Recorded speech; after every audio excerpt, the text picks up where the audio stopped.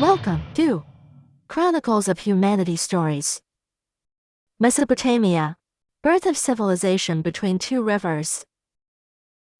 My story begins at the foot of a mountain, born from a block of black stone.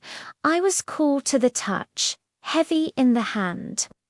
A carver shaped me, trimming me into a perfect cylinder.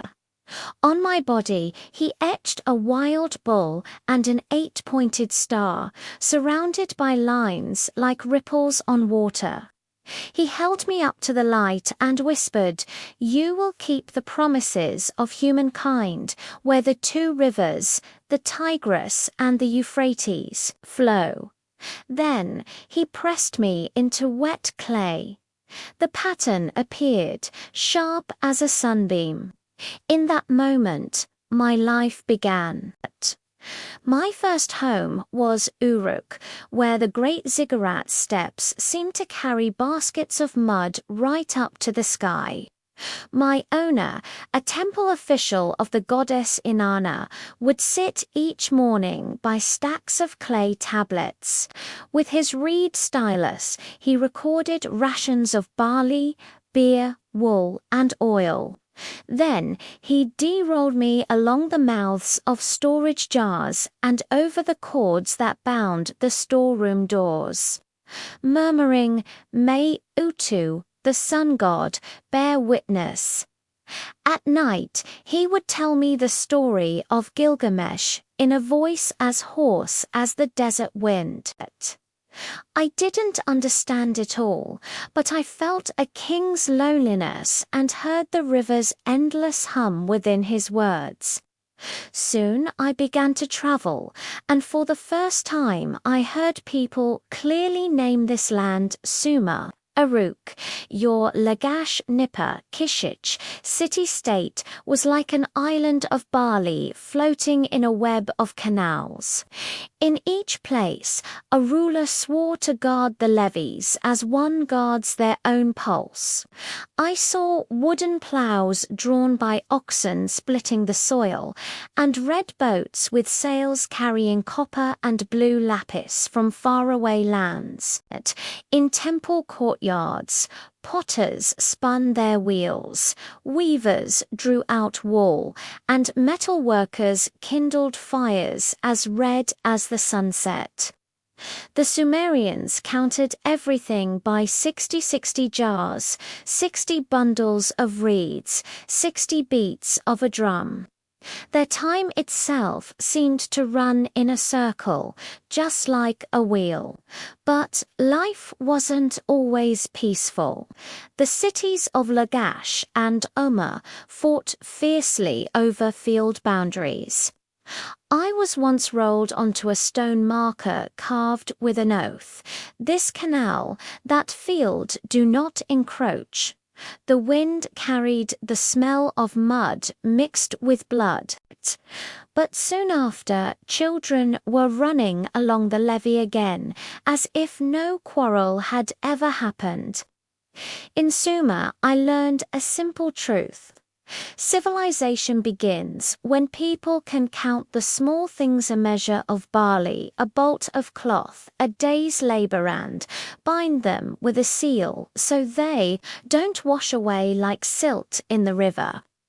From these small numbers, the Sumerians built steps that touched the clouds. One day, chariots and banners stained with red dust arrived. It was Sargon of Akkad, uniting roads and languages under one empire. I changed hands, belonging now to a tax collector whose Akkadian language rang out bright and loud. He would laugh as he stamped me onto tablets listing silver and barley, declaring, "A new empire needs new canals, new walls, new granaries."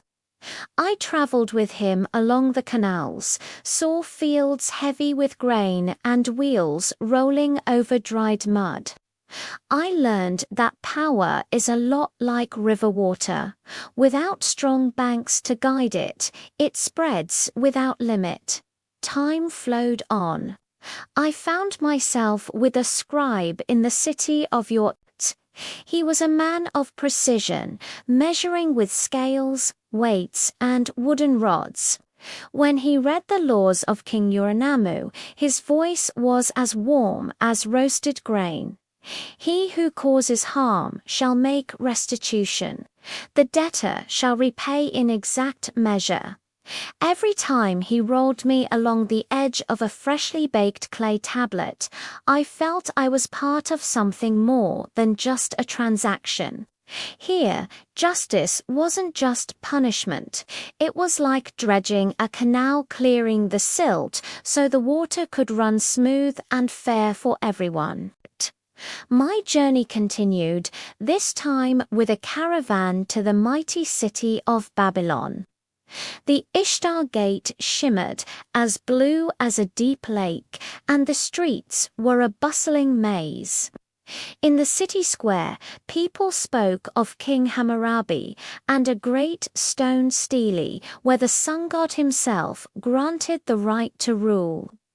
In a courthouse, a magistrate borrowed me to seal a verdict.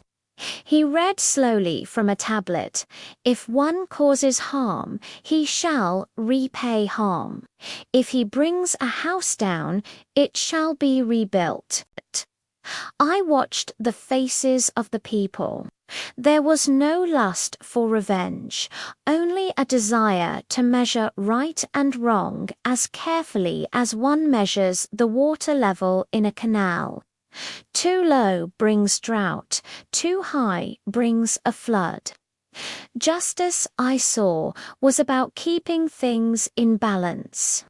From there, I was taken to Nineveh, the capital of Assyria. The warriors wore armor like the scales of a fish, and their horses' hooves tore at the sand. But the place where I was kept was strangely quiet. It was the library of an official who was obsessed with clay books. By lamplight, he had thousands of tablets, copy star omens, medical prescriptions, mathematics, and the epic tale of a great flood. Outside, the king hunted lions to the sound of thunderous cheers. Inside, scribes pressed wedge-shaped marks into damp clay, silent as falling rain. It was then I understood brute strength guards the frontiers, but writing guards memory, and memory too must be sealed and protected. War blew out many lamps across the land, but in the south, Babylon shone bright once more. This was the time of King Nebuchadnezzar II, a time of magnificent blue-glazed bricks. A brickmaker, his hair dusted with glaze powder, set me on his table and rolled me across a land lease contract. Across the canal, a mother holding her child looked up at the towering ziggurats and prayed for rain, for strong levees, and for the barley to be safe from pests. Her simple prayer held the hopes of the entire city. Then change came on the wind again. A messenger brought news of a king from the east named Cyrus.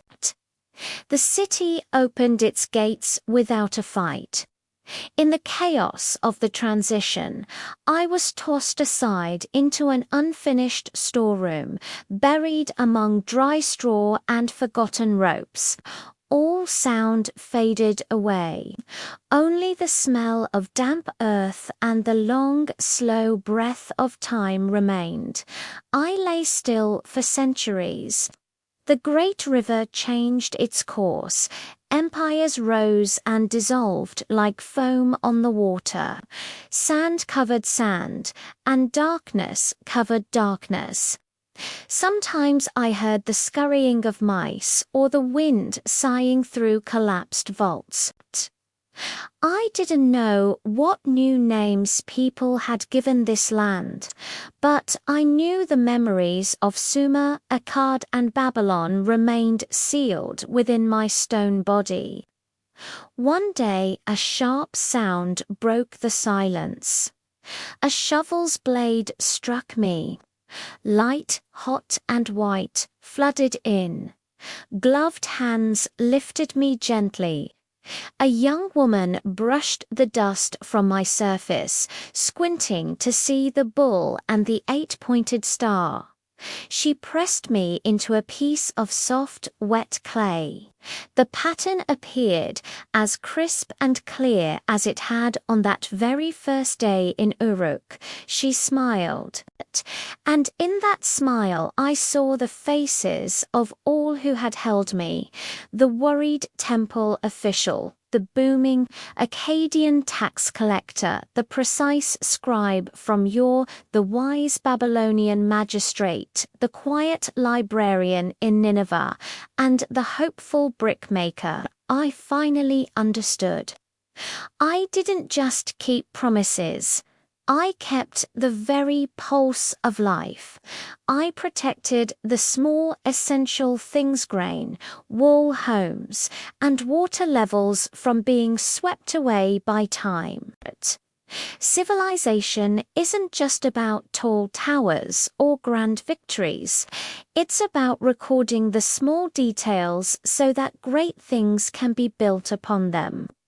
That evening, beside a river that still flowed, the young woman wrote in her notebook, "Between two rivers, the ancients learned to bank the water and to bank the human heart. Law, so hands do not go too far. Script, so we do not forget. Canals, so fields do not dry." As a joke, she rolled me across the paper, knowing it couldn't hold an impression like clay. But I still felt warm. I am just a tiny cylinder seal. I traveled from Sumer to Akkad, from Assyria back to Babylon, and lay sleeping in the sand until I met the light again. My story is proof that civilization began with mud-stained fingers and a simple impression on wet clay, a small, humble act, yet strong enough to bind yesterday to today. Thanks for journeying with me through the ages. If you enjoyed this story, please give it a like, and don't forget to subscribe for more tales from history.